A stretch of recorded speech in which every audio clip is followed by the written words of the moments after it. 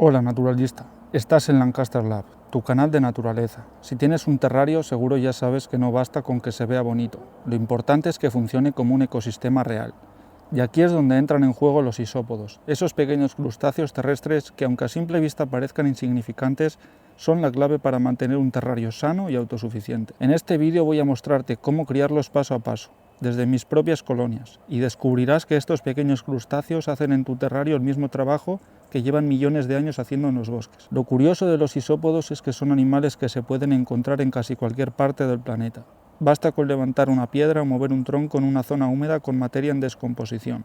Y ahí están, haciendo su trabajo. Pero en mi caso no tuve que salir a remover troncos ni piedras, porque este vídeo está patrocinado por Underground. Ellos se dedican profesionalmente a la cría de isópodos y otros organismos para terrarios, y gracias a su colaboración recibí entre 50 y 60 ejemplares de 8 especies distintas. Cubaris panda king, Cubaris panda king white, Porcelinoides pruinosus dalmatian orange, Armadillidium gestroi, Armadillidium palasi orange, Porcelio laevis black, Armadillidium vulgare mocha y un mix de Cubaris red edge. Si quieres empezar tus propias colonias o darle más vida a tu terrario, te recomiendo que visites su web, porque tienen cosas muy interesantes para los creadores de ecosistemas. Los isópodos llegaron en tarrinas individuales, todos en perfectas condiciones. Una excelente colección para iniciarse en este hobby. Para los primeros días los metí en recipientes de 1,5 litros con sustrato, hojas y algo de musgo. Estos eran solo hábitats temporales.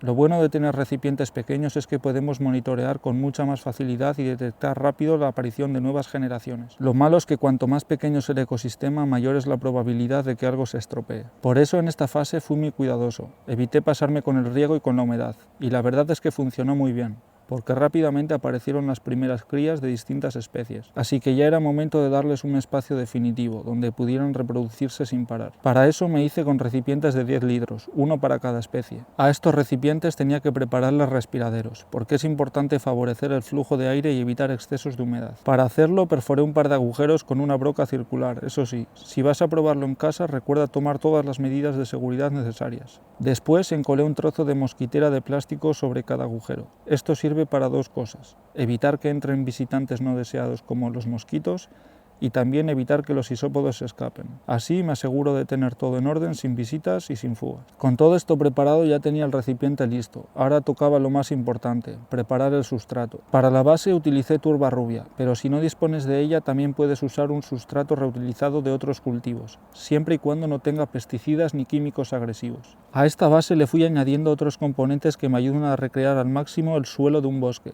que al fin y al cabo es el verdadero hogar de los isópodos. A la base de turba le añado varios componentes que marcan la diferencia. Primero añado carbón, que consigo de las fogatas que solemos hacer con amigos. Lo trituro en trozos pequeños antes de añadirlo, porque así se reparte mejor por todo el sustrato. El carbón actúa como un purificador natural, ayuda a evitar malos olores y mantiene el ambiente mucho más limpio. Después utilizo corteza de pino o chips de coco. Estos materiales aportan estructura al sustrato, generan pequeños microrrefugios entre los huecos y además airean el fondo del recipiente, lo que evita que se compacte demasiado. Y también añado humus de lombriz, que es la clave porque introduce microorganismos beneficiosos. También es muy importante añadir hojas secas, porque cumplen una doble función: crean microrrefugios dentro del sustrato y al mismo tiempo sirven como alimento para los isópodos. Lo ideal es mezclarlas directamente en el sustrato, igual que sucede en los suelos del bosque.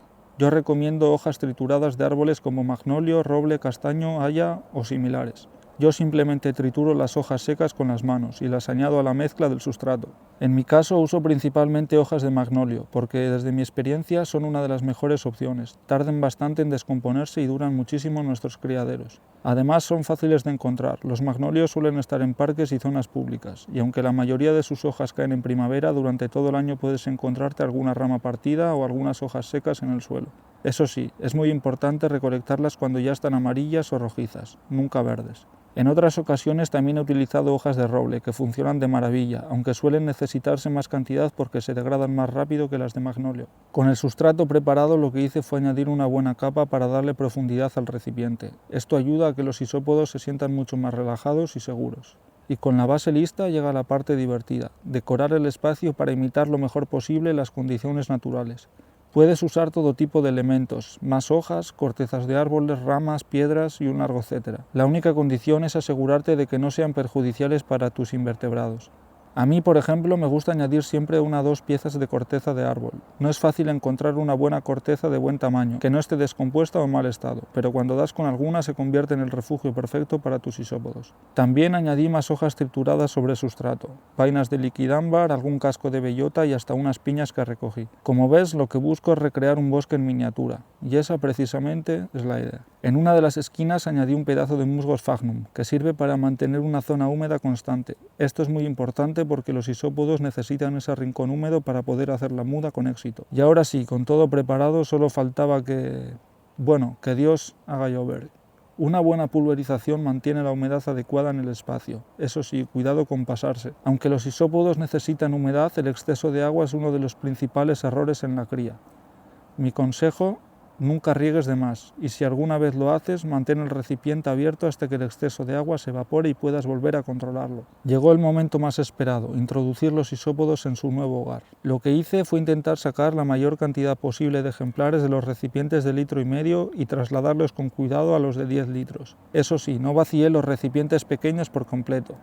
Preferí dejar funcionando esas colonias para tener una especie de copia de seguridad. De esa manera, si algo llegara a ocurrir en el contenedor principal, todavía tendría otra colonia en marcha. Y para mantener todo bien organizado, imprimí etiquetas con el nombre de cada especie y las coloqué en la parte frontal de cada recipiente. Esto es especialmente útil si trabajas con varias especies distintas, porque te evita confusiones y te permite llevar un mejor control de tus colonias. También agregué unos colémbolos de mi colonia base. Si viste el vídeo anterior, ya sabes para qué sirven.